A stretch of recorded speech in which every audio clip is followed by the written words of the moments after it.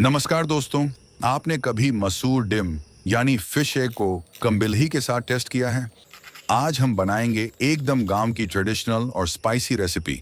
सबसे पहले गरम करेंगे मस्टर्ड ऑयल। तेल अच्छी तरह पकने के बाद उसमें डालेंगे प्याज। प्याज को गोल्डन ब्राउन होने तक फ्राई करेंगे ताकि उसका फ्लेवर और स्वीटनेस बाहर आ जाए। उसके बाद ऐड करेंगे मेन हीरो मसूर कोनी यानी फ्रेश फिश एग। इसको धीरे धीरे फ्राई करेंगे जब तक इसका कलर और टेक्सचर परफेक्टली रोस्ट ना हो जाए। अब टाइम है फ्रेश कॉर्न बिलाही यानी चेरी टोमेटोज का। टोमेटोज डालते ही रेसिपी का टेस्ट और भी जूसी और छटपटा हो जाएगा। और अब आ रहा है सबसे डेंजरस और फेमस इंग्रेडिएंट, भूत जलोलिया यानी किंग चिली। बस एक छोटा सा पीस भी पूरा रेसिपी को फायर बना देता है। सबको अच्छी तरह मिक्स करके स्लो फ्लेम पर कुक करेंगे ताकि मस्टर्ड ऑयल और भूत जोलोकिया का स्मोकी फ्लेवर हर बाइट में आ जाए।